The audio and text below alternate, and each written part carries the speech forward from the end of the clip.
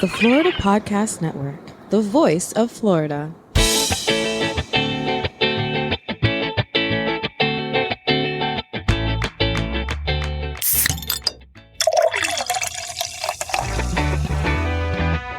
From Mallory Square in Key West to the Governor's Mansion in Tallahassee and all points beyond, you're listening to the Florida Beer Podcast, powered by FloridaBeerBlog.com, your source for all things related to the craft beer community in the Sunshine State.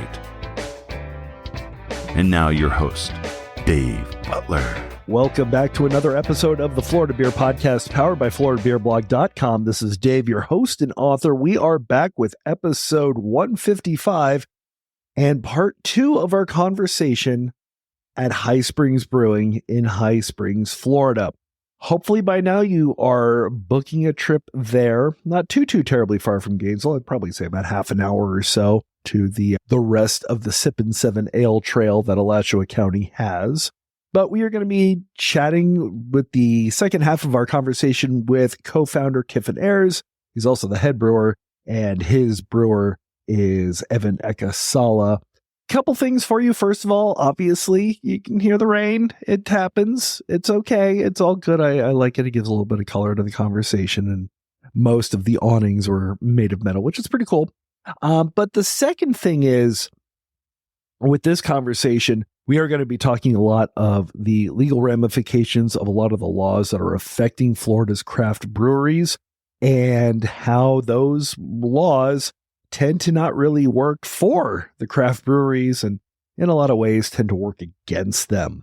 This is something that Kiffin has very near and dear to his heart. Not too long before we actually recorded this interview, they actually did have a sit-down conversation with their local representative in Congress in DC to talk about what some of the laws are, how that affects them negatively, and hopefully to see if there are any sort of federal changes that we can possibly make. Because if you know anything about the craft beer legal landscape, it does differ wildly from state to state.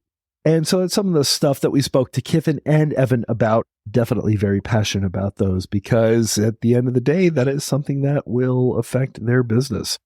So here we are with part 2 of our episode at High Springs Brewing. Enjoy.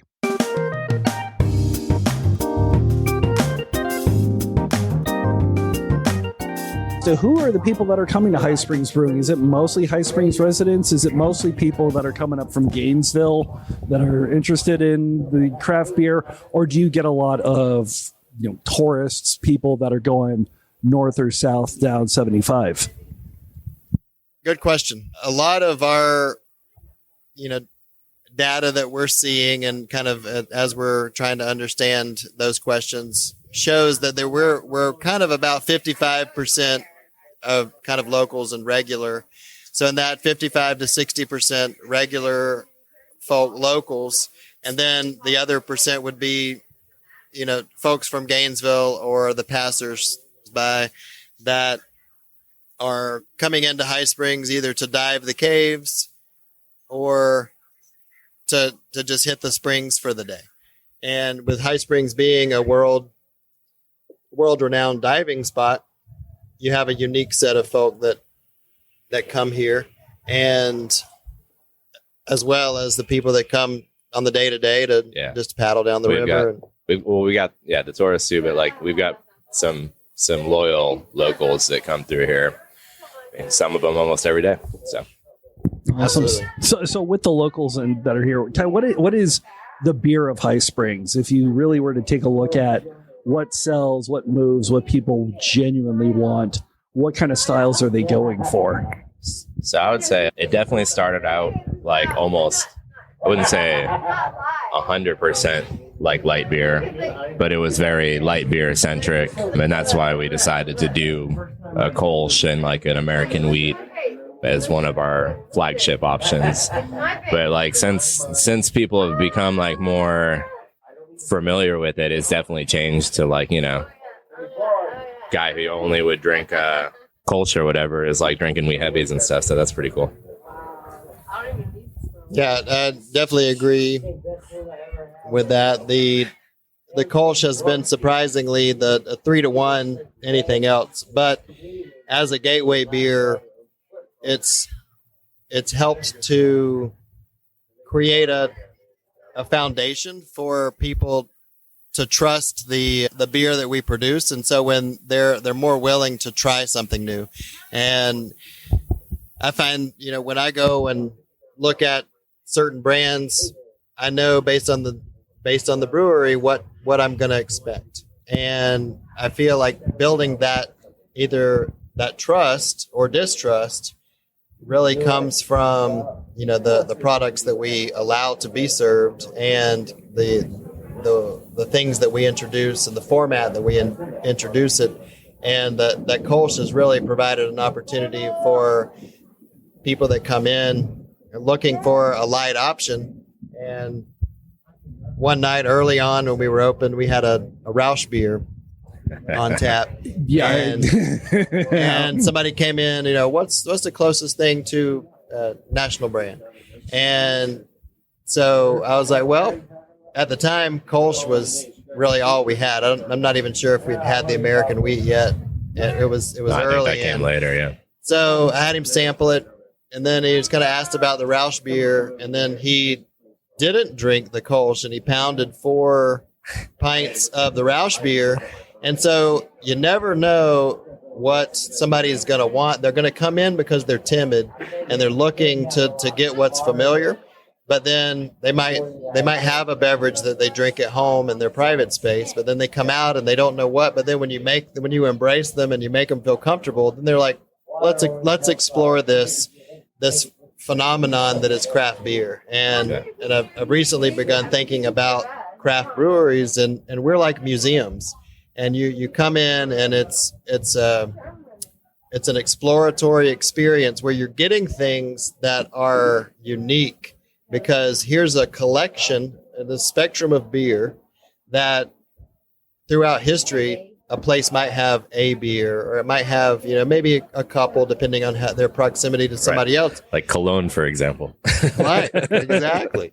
And so you don't have like, what's one of your 50 beers that you have? And so our being able to provide an array of beers is a unique experience that craft breweries really have the opportunity to provide a lot of education to kind of zymurgy through history and understanding how to enjoy yeast, or how to enjoy these grains, and how to be able to put these things together, because it really comes down to that creativity and your attention to detail and your desire to really see it through.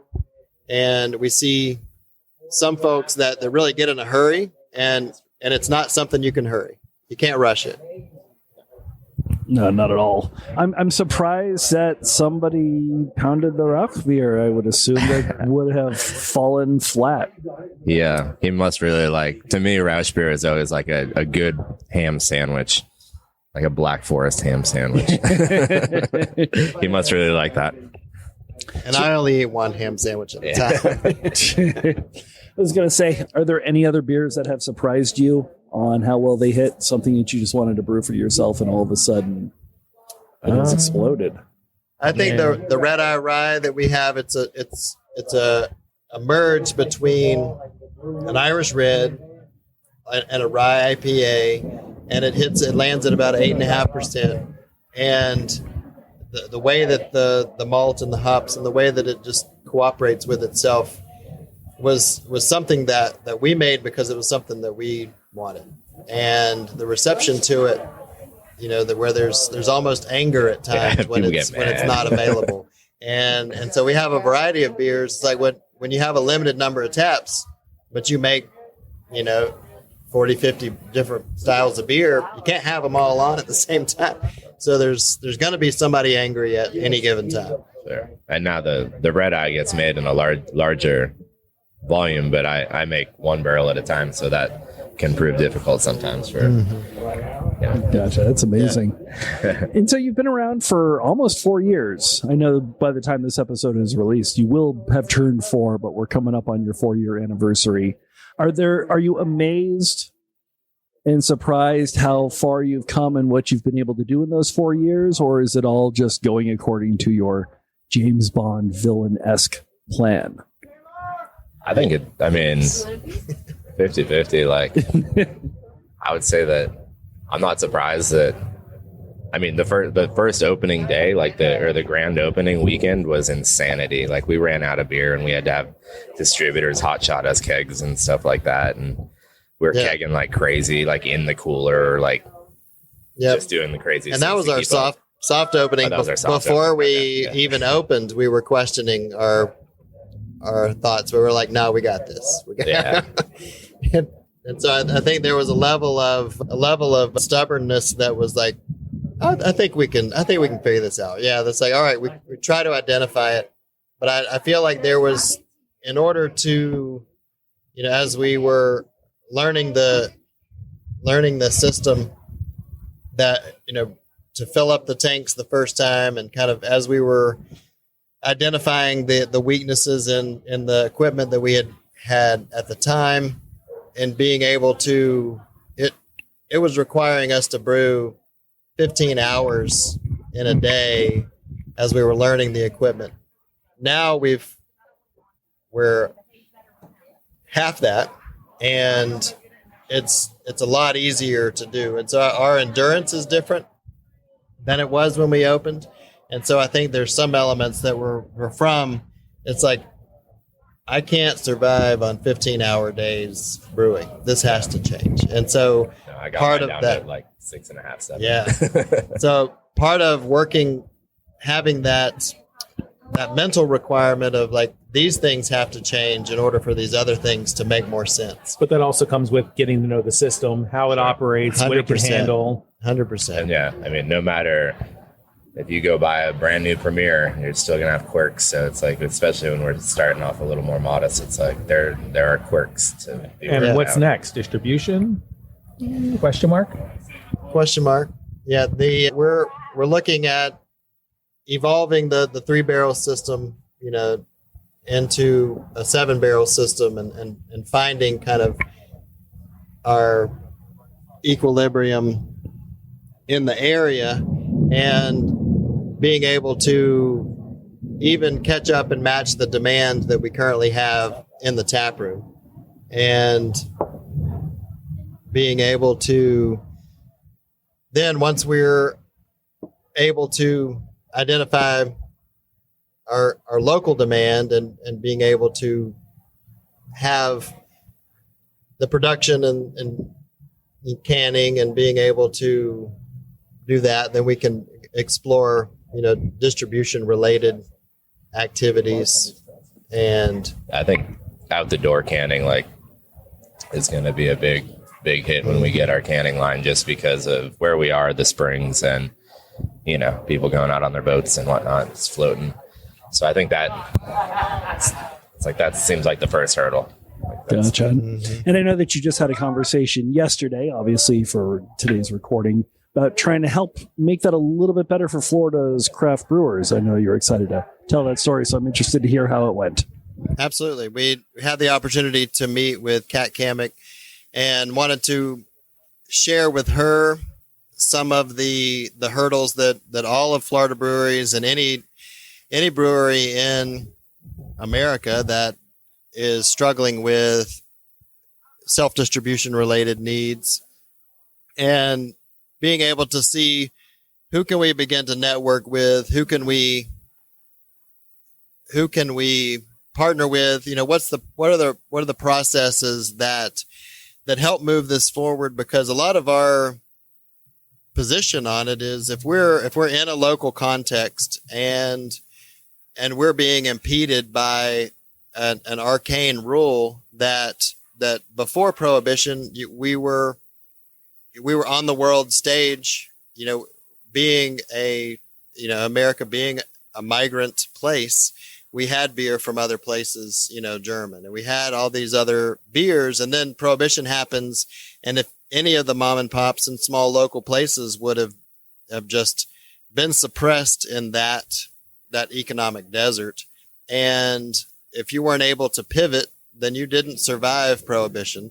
And so we learned as a society, beer is, light yellow and fizzy, and we forgot the history that we hailed from, and we're beginning to regain that as we grow. But the stricture on local economies really hinges on some of that self-distribution piece, because a beer that we could take an emergency keg to a neighboring restaurant that's a block away if we had access to them, but instead there might be a 1 point per month, maybe that a distributor is going to pick up beer from us that we've produced in hopes that distributor would take it. And then they're going to take it because that distributor is only ordering it if they feel like they can sell it. And then they have to take it 20 miles to Gainesville. And then it has to sit in their warehouse until a restaurant that somebody's communicated to says, I would like that beer. And then it goes and it's then driven 20 more miles. And so you've got a 40-mile carbon footprint on a beer that could have just gone a block away. And when you look at it from a variety of standpoints, you're impacting the tax base. Who's paying, who's benefiting from the excise taxes that the distributor's paying wherever they are, and then versus where the manufacturer may be, is that community benefiting or not benefiting based on how the excise taxes work? Obviously, the sales taxes as well. But that restaurant might have one day a week that's their delivery day, and their ability to get an emergency run on a Sunday when nobody's running, they're not going to be able to have that beer. So when you lose that tap, you may have fought really hard to get that tap or the shelf space at the grocery store. Once it's gone, then now you've got to go through that process to fight and get that space back. And you got people like, I won't name names, but like large grocery stores, you have to fight really hard to get that spot. And if you, the brewery or potentially the distributor, messes something up in that, good luck getting it again. It's very difficult. So, or it can also come down to you as the brewery pissing off your distributor. Sure. Now they bury you on a shelf in a warehouse. Sure, absolutely, and then make you, yeah. And in a recent episode, there was somebody, and the distributor only came 3 times in a given year. And so if you're producing with the anticipation that the distributor is going to participate with you in this process more often than that, because you've got rent to pay, you have a dream you're trying to fulfill, and if the distributor is on their dream and you're isolated because the national legislation is requiring you to participate in business in a particular way, so you're mandated to behave in this way, you become this economic slave to the distributor, that really any local economy becomes a victim of that kind of legislation, because we respect distribution as a service, and being able to say, all right, I need to get my beer from A to B. B is farther away than I have trucks to handle. I'd love to be able to figure out what that means, to be able to have you get it there, because I have friends here in Miami or in Pensacola. I'm not going to drive beer from High Springs to there, but I'd love to be able to have an arrangement with somebody that already does that, and you take it. But for a restaurant a block or 2 away from where it's manufactured, let me take care of that. Yeah, there seems to be a disconnect there, and it almost seems like it's on purpose, but I'm just tinfoil hat over here, And so that was your conversation with your federal representative. Correct. Representatives yesterday. Trying to just see, are there ways to maybe in your local area, a certain mile radius at a certain barrelage per year, can we do what other states do? And that's self-distribute essentially. And so, yeah. you can only try. And so good. Exactly. And she did mention that there was another colleague that she's going to speak to that worked in their state to basically modernize all of the laws in that state. And it was close to Utah too, so that was pretty impressive. Yeah. And being able to look at other options like the home rule, and being able to how many municipalities. So High Springs might be totally willing to support that as a city government. Are they able to within the way the law is written and then within those structures? And so that could go for any municipality around any state that's affected by particular legislation. Would they be able to kind of declare, ghost man on first, being able to say home rule, we're going to permit this in this context outside the city limit. Absolutely. Right. The state's in charge, or the county or whomever, and being able to explore that conversation and what are the options, because it seems like there's a lot of times it's all right, that's not it. We're going to roll over, or we're going to just push it to the side.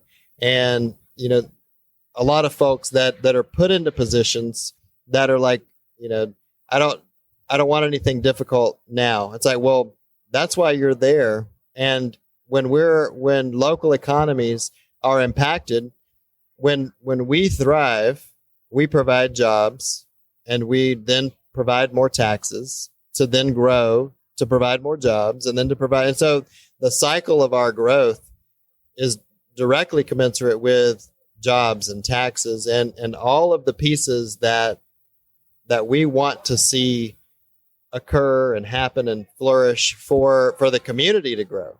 And whether we had other people coming in and visiting the area or not, we would like to grow to be able to match the demand of our local economy. And these kinds of laws create the stricture that impede that kind of growth. Yeah, hopefully we can make sure to get some changes that come through pretty soon. So thank you so much for it's a starting place for sure. So. She was very receptive, and we'll be having more conversations. And do you think this is something that you'll continue to champion as it hopefully goes through either Tallahassee or DC? I think so. I think if anything, it'll just put us in contact with other people who could probably further the cause. So awesome. But in the meantime, you've obviously got plenty of beer to produce and some stuff to move around so we can get even more beer out of. Yeah. And that's why I was saying earlier with the canning, it's like, okay, we jumped to 7. 7 might be too much for the day-to-day just on the kegs, but the canning out the door would be great. So it is that balancing act. But then it's like, okay, it might be a little bit low for distribution. So it's like, it's like that. It would really help to be able to like do that on our own terms. But man, we'll just have to juggle, I guess. Right. And being able to kind of wage that juggle, because I imagine there are breweries that are forced to grow prematurely based on certain requirements and may grow differently. And we're stubborn, and we're of the mindset of organic growth is stronger growth, and being able to understand the market. And really High Springs is for us is kind of like a 4 to 5 barrel town. And we know where, as a 3-barrel system, we know that, all right, there's times we're not able to fully achieve where we need to be. So this area, we know that with a little bit more, we know we're going to meet our day to day and have a little bit to play with and see what does that look like, whether it's cans or other distribution opportunities. And a lot of those pieces are going to change based on any city and their demographic.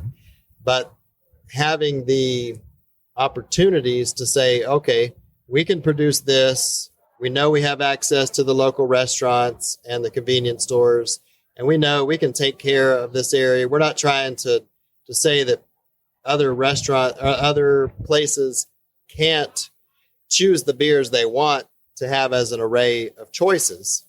but we would like to be able to have the opportunity to say, when you're trying to say, why go to this gas station over that gas station, or why go to this restaurant over that, these beers pair well with this dish here.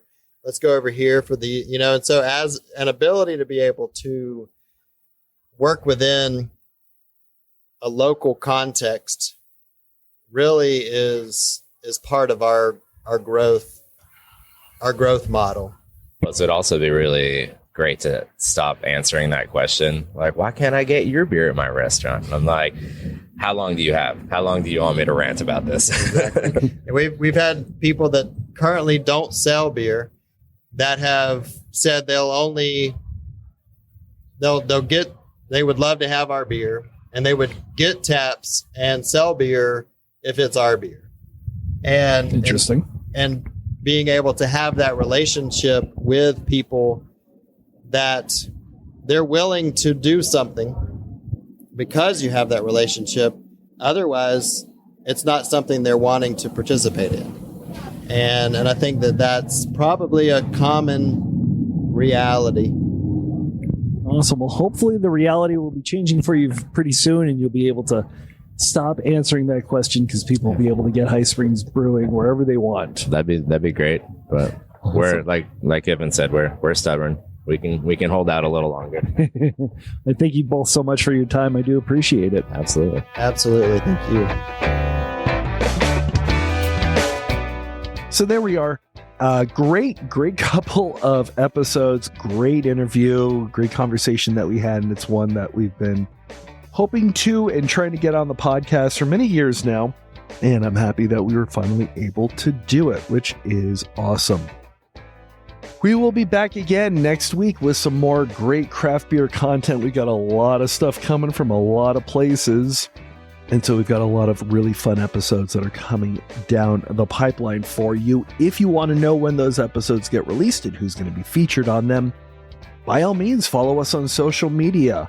We are at Instagram and Threads, and right now we're still on X. They haven't charged us for it yet. We're at Florida Beer Blog.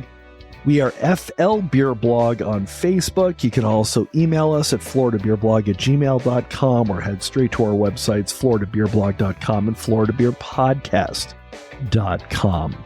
And when you're on that latter website, you will see that we are a proud part of the Florida Podcast Network, a great collection of podcasts recorded by, for, and about the Sunshine State. And you can find more information on that at floridapodcastnetwork.com. We are available pretty much everywhere. We're on Spotify, we're on Apple Podcasts, we're on iHeartRadio. Anywhere you can think to listen to podcasts, we are probably there. So you are even available on YouTube, so you can listen to us there as well. If you are listening to us on a podcasting app, please, by all means, follow us, like us, rate us, subscribe, give us a nice juicy 5 stars. Hopefully more people will do the same, and we will get the word out about Florida craft beer. In the meantime, our intro announcer is Jeff Brozovich. Field producer is Steve Pekala. Executive producer for the Florida Podcast Network and Grand High Poobah is Jemmy Legagneur. This is David Butler, your host and author, thanking you for another episode of the Florida Beer Podcast. We will see you next week. Have a great day and drink Florida craft.